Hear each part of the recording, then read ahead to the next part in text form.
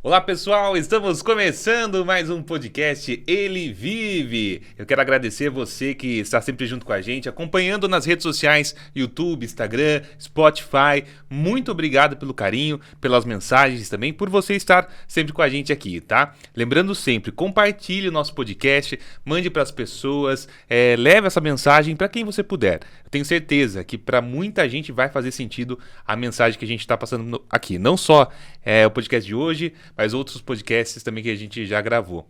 E hoje eu tenho o prazer de receber mais uma vez o pastor Matheus Sanches, que é da igreja Past Church, está aqui junto comigo. Pastor, muito obrigado pela presença mais uma vez. Alegria toda minha, obrigado pelo convite. Me sinto muito honrado de poder voltar aqui, sentar e bater um bom papo com você. Pastor, hoje nós iremos falar sobre dinheiro. Eu resolvi falar sobre dinheiro porque, na minha visão, muitas pessoas ainda têm algumas culturas enraizadas sobre o dinheiro. Tem gente que acha que quem tem muito dinheiro são pessoas más ou são pessoas que não entrarão para o céu. E tem gente que acha que quem é pobre é porque Deus não abençoou. Como que se trata de dinheiro nessa introdução, falando desses temas? A verdade é que o dinheiro ele sempre foi um assunto muito recorrente, né? Jesus fala mais de dinheiro do que de outros assuntos que nós consideramos mais santo. Ele usa muito dinheiro para dar exemplos, para exemplificar o reino de Deus. Quando ele fala, por exemplo, que o reino de Deus é como um homem que distribuiu talentos. Talento é unidade de medida financeira. O reino de Deus é como um homem que distribuiu minas aos seus. Então, ele não quer dizer que nessas parábolas ele esteja falando de dinheiro. Mas ele está usando o dinheiro como referência, porque o dinheiro sempre foi presente na vida das pessoas. Ele fala que o reino de Deus é comparado a um homem que é um comprador de pérolas, o reino de Deus é comparado a um homem que encontra um campo e um tesouro escondido. Então ele vai usar esse exemplo por diversas vezes. Também não obstante, o único Deus que ele coloca em combate ao Deus verdadeiro é Mamon, que é o amor ao dinheiro. Ele diz: não podemos servir a Deus e ao dinheiro. Então, Jesus fala muito sobre o tema. O apóstolo Paulo vai falar muito sobre o tema, vai aconselhar Timóteo sobre o tema. Nós vamos ver o Antigo Testamento tratar o dinheiro, a riqueza dos homens de uma determinada maneira, a graça de Deus sobre eles para um determinado propósito. Vamos ver já a igreja de Jerusalém tendo falta de dinheiro e os irmãos tendo que levantar coleta para ajudar os irmãos. Então, assim, é um tema vasto e que, se não for olhado com o coração purificado e com uma mente curada, você vai cair para um dos dois extremos que você acabou de dizer agora. Ou a pessoa vai cair para o extremo de detestar e odiar o dinheiro, porque ele entende que o dinheiro é a raiz de todos os males, não é o que a Bíblia diz.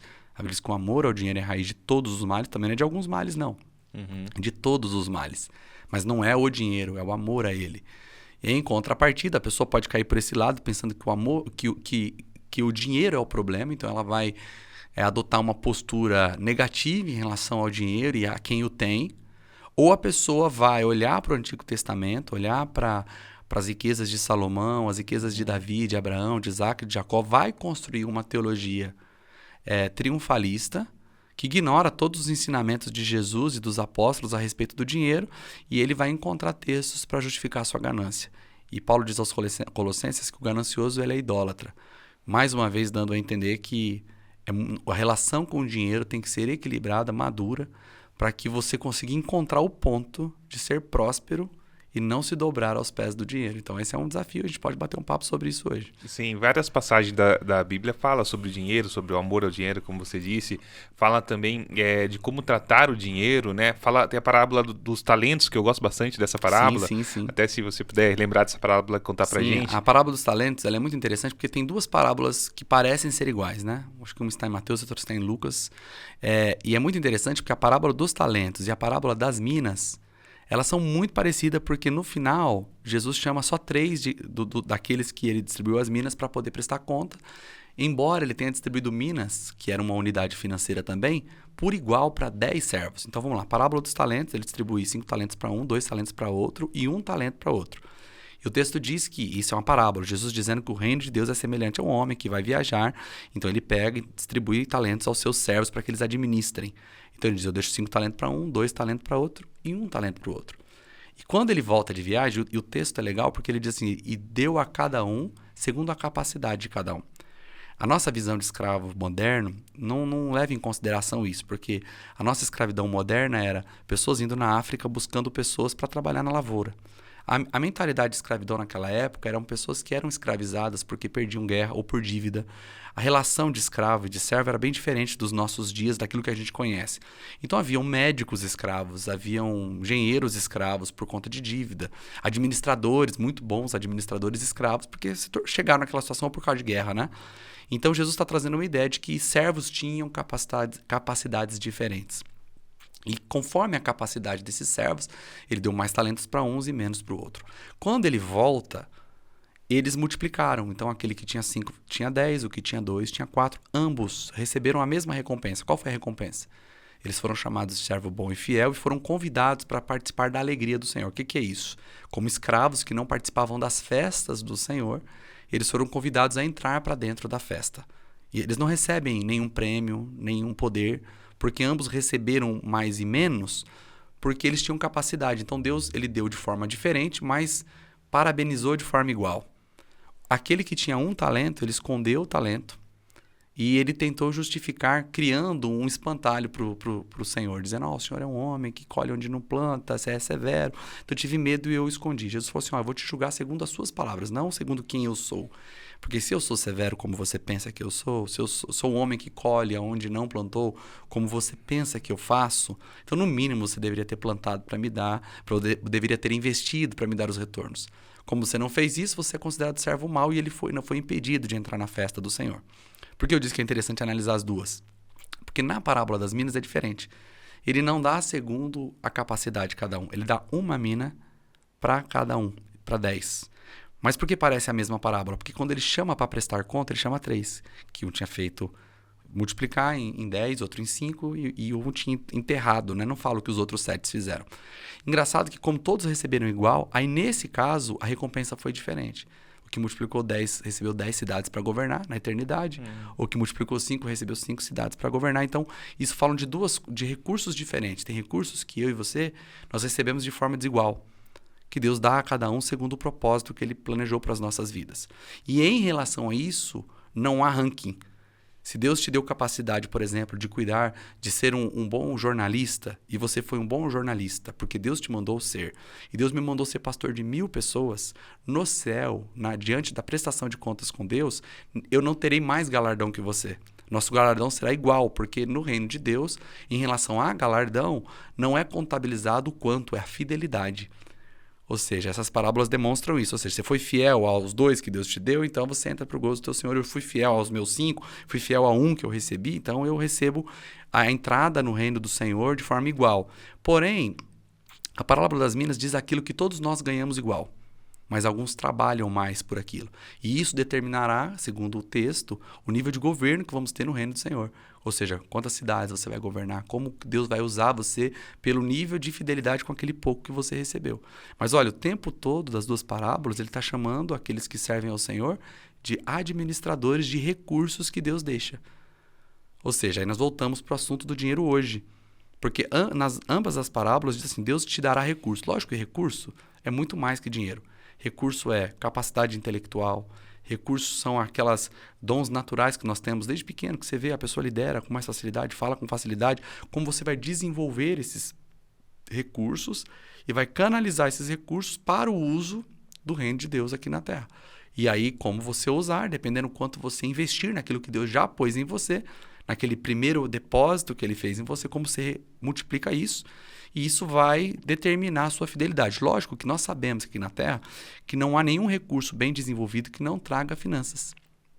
Entende? Se Deus te deu bons recursos para ser um bom jornalista, se Deus deu bons recursos para você ser um empresário, e você multiplicar esses talentos com excelência, nós sabemos que o mundo, o mercado, paga bem para quem é excelente.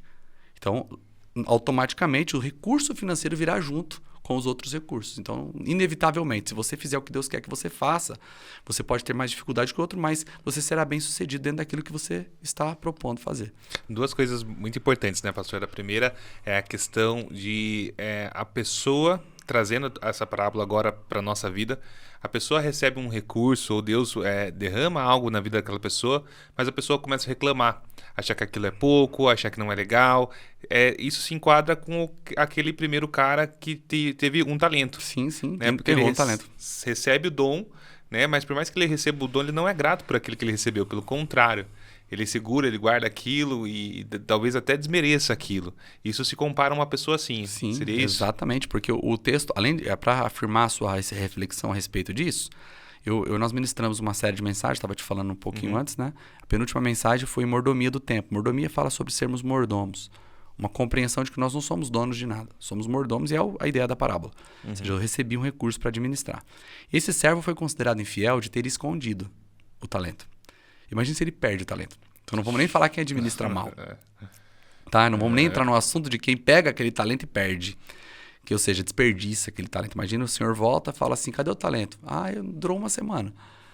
Comprei um carro aqui, o carro estragou, não vi direito o documento dele, acabei perdendo esse dinheiro. Quer dizer, você vai prestar conta das coisas que você perde por imprudência. Mas só pensando naquilo que você está dizendo, que ele não valorizou, as parábolas terminam sendo ditas assim para ele: se foste fiel no pouco, sobre o muito te colocarei. Até o que ganhou 5 ganhou pouco, perto das riquezas que existem no reino de Deus. Então, teoricamente, os 3 ganharam pouco. É o que o ganhou 1, ele não administrou pouco. A ideia por detrás de tudo isso é mais ou menos assim: você dá para o seu filho R$100, você diz assim, olha, vamos ver como você vai administrar esses R$100 esse mês. Aí seu filho vai lá, ajuda uma pessoa, ajuda outra, tira uma parte, desfruta, guarda. É pouquinho, mas criança não tem conta para pagar. Chega no final do mês e fala, e aí, filho? Pai, eu tenho R$30 lá ainda. Fiz isso, presta, marca certinho. No próximo mês você fala para ele assim, esse mês o papai vai dar 200. Só que o papai vai te ensinar agora a como investir o que sobra para ele dar retorno para você. Aí você começa a ensinar princípios de investimento do teu filho. Chega no segundo mês ele fala, pai, o senhor me deu 200, eu tinha 30, fiz isso, já está com 60 investido, consegui achar uma aplicaçãozinha aqui, pai, que por enquanto eu vou ficar com uma aplicação de 1 e pouco por cento acima da inflação. Imagina uma criança fazendo isso. E você vai aumentando o dinheiro na mão dela. Daqui a pouco ela fala, pai, aquele dinheiro está me dando retorno, eu estou conseguindo comprar o que eu quero, estou ajudando pessoas. Então você vai dando mais recursos para essa pessoa, porque ela vai se mostrando confiável em relação ao dinheiro. O que o texto mostra é mais ou menos isso, que vai chegar um tempo onde Deus vai prestar conta da nossa administração e vai ver se somos dignos ou não de recebermos mais recursos, ou que aquilo que estiver em nossa mão vai ser tirado e entregue àquele que administra, porque foi isso que aconteceu. O que tinha 1 teve que entregar o que tinha 10. E Jesus diz assim, aquele que tem, mais lhe será dado. Mas aquele que não tem, até o que tem, lhe será tirado. Ou seja, no reino de Deus você está crescendo ou você está diminuindo. Ou você está multiplicando os talentos que Deus te deu, e isso inclui dinheiro, não é só dinheiro, mas inclui dinheiro. Ou você está desperdiçando. E no final das contas, quem desperdiça e enterra, perde. E quem multiplica e desenvolve, ganha mais... eu vi uma frase essa semana, acho que vai ser o primeiro lugar que eu vou falar essa frase. Eu assisti... Todo mundo conhece a frase do Tio Ben, né? Do Homem-Aranha. Com grandes poderes, vem grandes responsabilidades, né? As pessoas usam isso e falam, foi do filósofo Ben. Tio Ben que falou isso porque realmente marcou. Essa semana eu assisti com os meus filhos Madame Teia. E Madame Teia é uma outra versão de por onde surgem os homens-aranhas, né? As pessoas-aranhas. E ela mostra um universo mais feminino das mulheres-aranhas, né? Mas ela, na hora que ela está diante do mentor dela, o mentor dela fala uma coisa que ele mudou a lógica do Tio Ben. Ele fala assim, olha, mas eu não estou entendendo exatamente os meus poderes, eu não sei o quanto... Ela está dizendo para ele, né? E ele responde assim para ela, com grandes responsabilidades virão grandes poderes. Ao contrário. Ao contrário. Passou desapercebido ali minhas crianças, mas naquele estourou na minha cara assim, que é uma visão bacana de se olhar. Com uma pessoa responsável, ela pode receber poder. Uma pessoa irresponsável, você não pode dar poder para ela. Porque ela vai lidar mal com o poder. Ela não vai poder, você não vai poder. Então, a ideia do filme era mais ou menos assim, tem um poder gigante te esperando até que você se torne responsável. E é muito bíblico, porque o apóstolo Paulo fala que ele está usando a ideia do filho e do escravo. Ele diz que uma pessoa imatura, uma criança, ela não tem mais do que um escravo. Porque ela está sob o poder de um tutor, que é a maturidade que dá acesso à herança. Ou seja, a maturidade dá acesso à herança. Ou seja, você tem um grande recurso à sua disposição. E muitas vezes o que nos impede de acessar o recurso é a nossa imaturidade. Porque Deus não vai nos dar algo que nos mate. Entendeu? Eu, como um bom pai, se você não daria na mão do seu filho um carro, daria a chave para ele e fala assim, vai andar pela cidade. Sabe que ele vai morrer. Que ele vai entrar embaixo de um caminhão, não tem maturidade para dirigir o carro ainda. Então, muitas coisas nós não recebemos porque nós não entendemos a lógica de Deus. Se nós não nos tornarmos confiáveis no pouco, e aí Jesus diz isso, se você não for confiável nas riquezas humanas, quem vos confiará as riquezas eternas? Aí Jesus continua dizendo, se vocês não são confiáveis com aquilo que é dos outros, quem vos dará o que é seu? Então, a ideia, a lógica das escrituras é essa daí. Legal que você citou um filme, né, pastor? E a maioria dos filmes, quando a gente começa a assistir com uma visão cristã, a gente percebe que tá tudo na Bíblia. Não, tem muitos princípios ali. Tudo na Bíblia. Né? Eles, assim, despertam o meu olhar quando eu tô assistindo o filme. Um dos filmes que eu gosto também de uma cena é o Dumbo. Filme de criança, tudo que eu tô falando, eu tô assistindo com meus filhos, né? E aí o Dumbo tá ali e, de repente, a filha descobre o Dumbo e tenta contar para os pais, mas não consegue, né? Com o elefantinho que voa, né? E de repente, depois que já estava assim, bem consolidado, que o elefante voava, tinha relacionamento com as crianças, o pai perguntou, mas por que você não me falou antes? Aí ela responde assim, quem não tem interesse não merece saber. Nossa. Tentei te dizer várias vezes, você não teve interesse, então você não merece saber o que você não está interessado. Então, assim, às vezes, e tudo realidades bíblicas, entendeu? Aquele que busca, encontra, aquele que bate, a porta se abre, aquele que pede, recebe, buscar-me-eis e me achareis, quando me buscar de todo o vosso coração, serei achado de vós, ou seja, Deus está pronto para ser encontrado, para aqueles que querem buscar. Pastor, muito bom. Pastor, outra questão bacana que eu me lembrei aqui, muita gente pensa assim, mas eu faço tudo, sou uma pessoa certa, honesta, trabalho pra caramba, mas aquele cara que eu conheço faz tudo errado, a vida dele é toda errada, e parece que ele é mais afortunado do que eu, parece que tem mais dinheiro do que eu, parece que Deus está olhando pra ele, não está olhando pra mim. Quando a métrica da prosperidade é só o dinheiro, a gente vai cair nesses enganos. Entende? Quando a métrica da prosperidade é só o dinheiro, então fica confuso a nossa balança. Porque tem um montão de gente que tem dinheiro e que o resultado nem é dele, o resultado veio de uma história de família, uma história de trabalho, uma história de princípios, uma história de economia do passado. Os pais compraram terras, os pais investiram, e aí tem um filho totalmente errado, mas que está colhendo a herança desse pai que fez algo lá atrás. Assim como talvez tenham pessoas hoje que inclusive amam Jesus e que estão debaixo de um resultado, de um legado financeiro. Não estou falando de maldição, nada aqui, nada espiritual, estou falando de algo real. Os pais administraram mal, e às vezes nem foram os pais que administraram mal. Às vezes é uma história, às vezes a pessoa veio, o bisavô era um escravo, o vô estava saindo da escravidão, o pai teve que trabalhar, e está chegando agora a capacidade de fazer riqueza, em comparação a uma família que está aí há 100 anos construindo. Então, o dinheiro em si, ele não é um termômetro muito simples de ser resolvido. Mas tem o outro que não tinha nada, saiu do zero e ficou rico.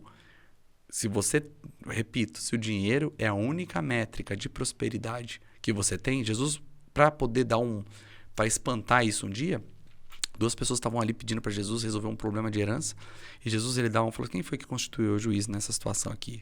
Aí Jesus falou, vou contar uma parábola.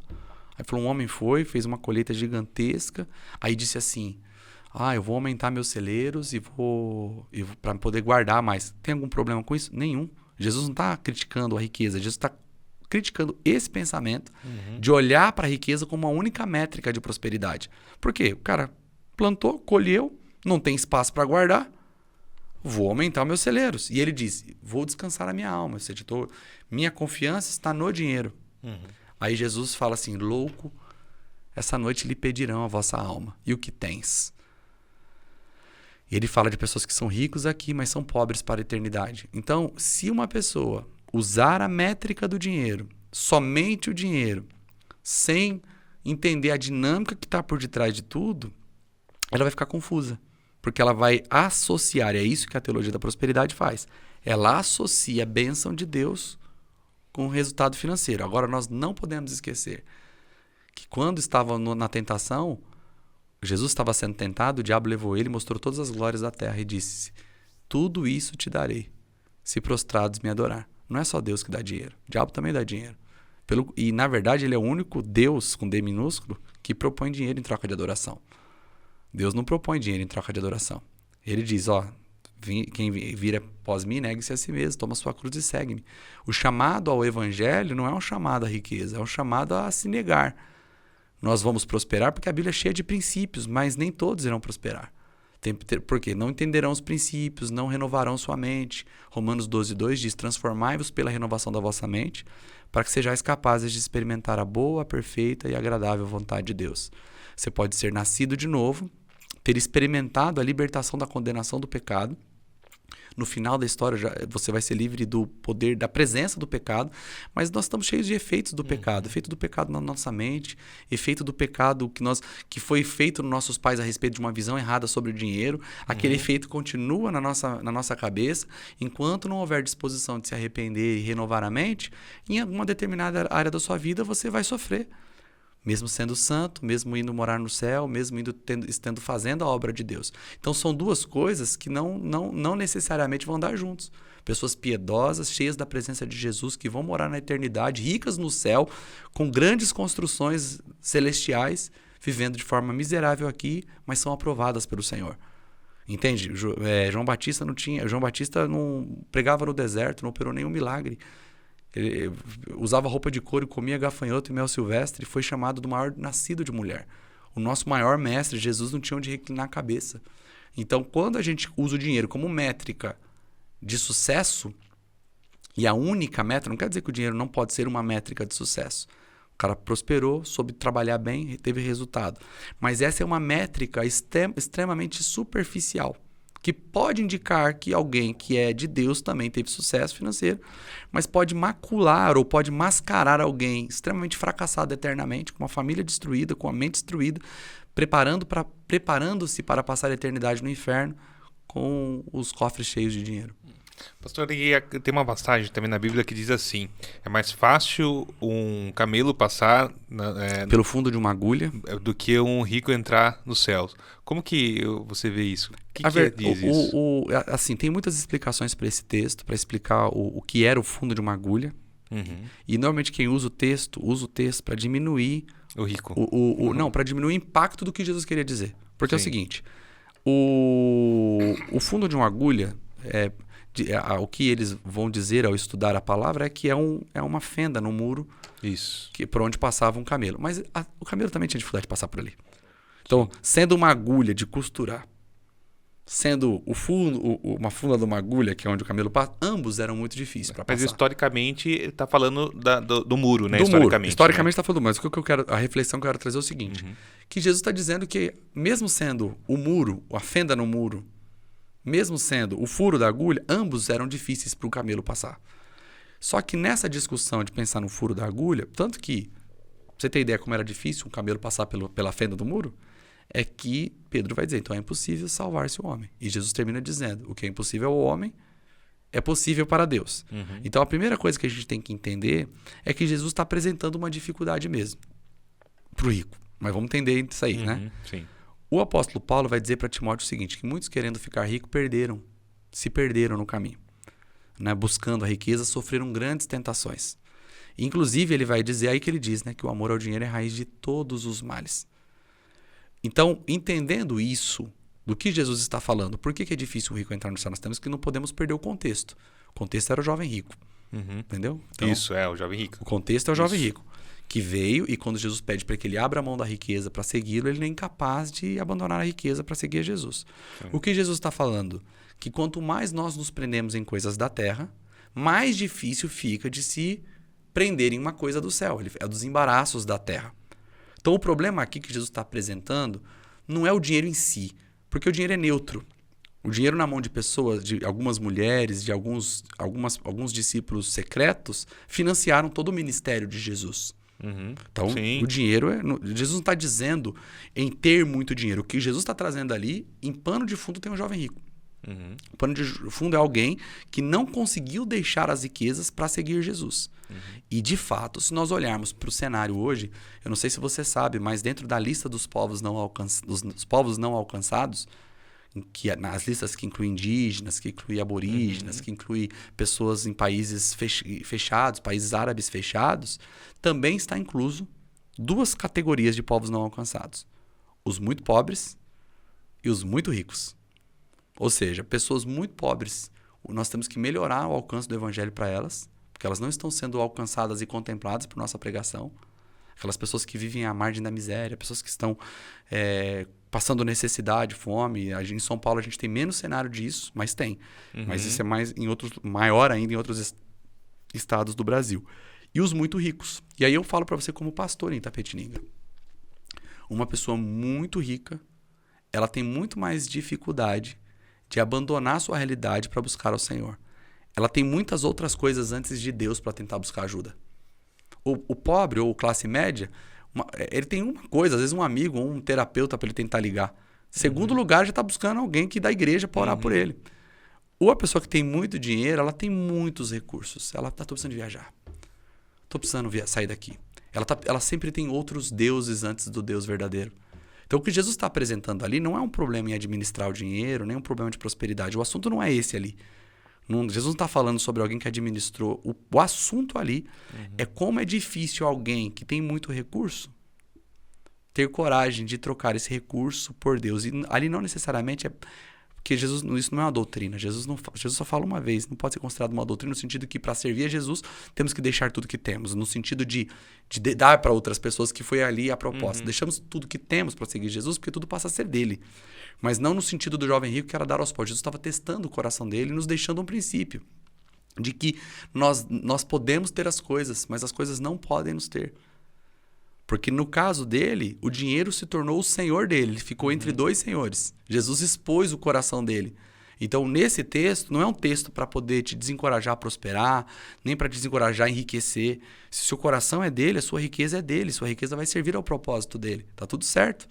O que Jesus está confrontando ali é o coração das pessoas que estão cada dia mais dependendo dos seus recursos do que dependendo de Deus. Então, ali é um outro problema, entende? Então, assim, a questão é, você quer prosperar? Lógico que eu quero. Você quer que todos nós queremos dar boas condições aos nossos filhos.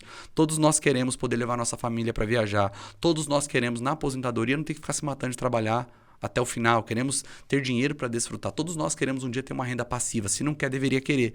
Todo homem queria, pelo menos aqueles que têm a ideia de vida que nós temos, deveria desejar. Não é quer dizer que a mulher tem que parar de trabalhar, mas deveria desejar chegar para a esposa e falar assim, ó, você trabalha se você quiser.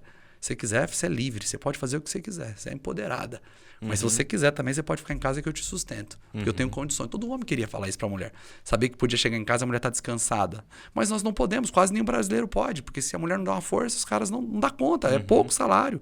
Depender de salário fixo é complicado. Nós reconhecemos a necessidade do nosso povo. Mas todo mundo quer sair dessa realidade. Dessa, como diz no livro Pai Rico, Pai Pobre, né? Sair da roda de ratos e começar a desfrutar. Não é disso que Jesus está falando.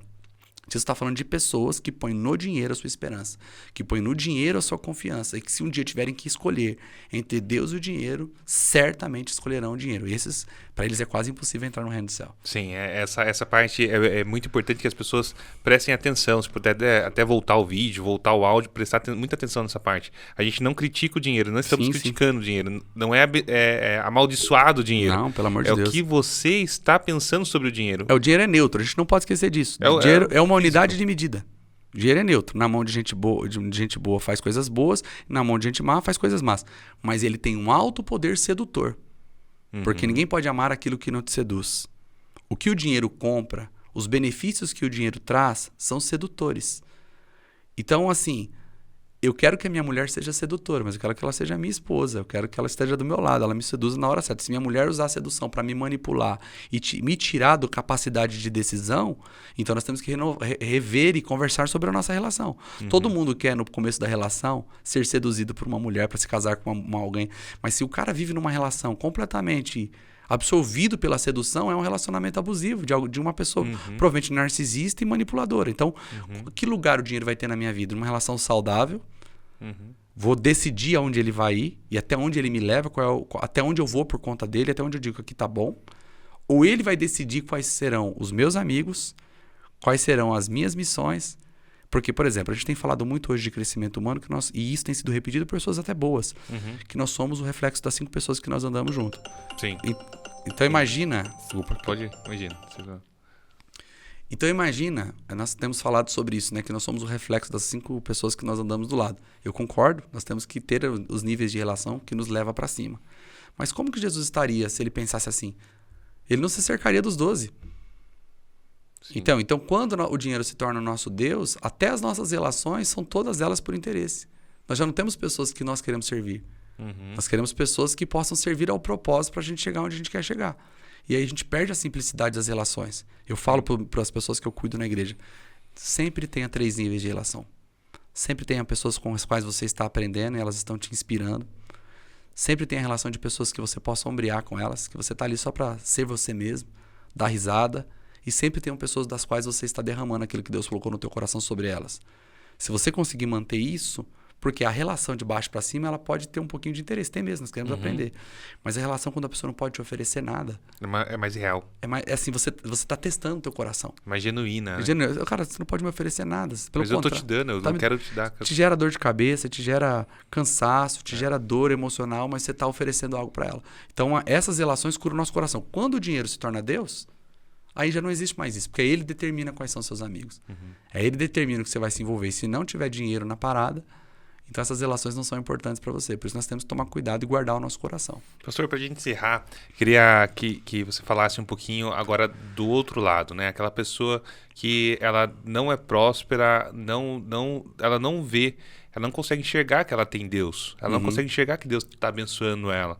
O que a gente poderia falar para uma pessoa assim que pode estar assistindo ou ouvindo nosso podcast? Parece que ela não vê Deus nas coisas dela. Na verdade, porque aí nós falamos do lado o perigo, né? Alertamos, embora nós tenhamos aqui enfatizado que o dinheiro é neutro, que o dinheiro não é o problema, é o amor a ele que é o problema, nós temos o outro lado da moeda. Pessoas que demonizaram o dinheiro e elas se colocaram numa posição de mediocridade. E a frase que eu digo para elas é o seguinte: ninguém ganha nada com a irrelevância dela. Se ela continuar irrelevante, se ela continuar aceitando esse estado de vida sem crescimento pessoal, sem busca de Deus, sem desenvolvimento, ela pode achar que ela é piedosa, porque ela está sendo mantida na pobreza enquanto ela está vivendo essa vida medíocre. Mas ela está perdendo, os filhos dela estão perdendo, as próximas gerações estão perdendo, o reino de Deus está perdendo.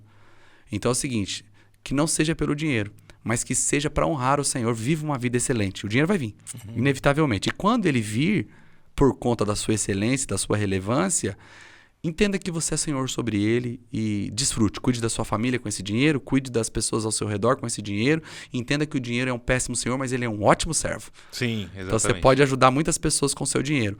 Mas o problema maior das pessoas que não estão, que dizem não estarem interessadas em dinheiro, no fundo, elas escondem uma apatia e uma negligência com a vida. Não gostam de estudar, não gostam de desafios, não aceitam processos, não estão dispostos a passar por nenhuma dificuldade para chegar em algum lugar. E então elas dizem que o rico é ruim, então elas dizem que o dinheiro é um problema, porque na verdade, por que ela está dizendo isso? Para justificar a mediocridade dela. Para justificar o porquê que ela não faz nada com a vida dela. Para justificar porque que ela é mandada embora de vários empregos porque ela é incompetente e nunca quer buscar competências novas. Então, o que eu diria? Ninguém ganha nada com a sua incompetência, ninguém ganha nada com a sua mediocridade, ninguém ganha nada com a sua irrelevância. Então, se não for pelo dinheiro, seja pelo menos para que você honre a Deus com a vida que Ele te deu. E se você honrar a Deus com a vida que Ele te deu, pode ser que venham dificuldades, problemas acontecem com todo mundo e você não chegue financeiramente onde você sonhou chegar. Mas eu te garanto que você terá uma vida extremamente mais satisfatória que você está tendo hoje.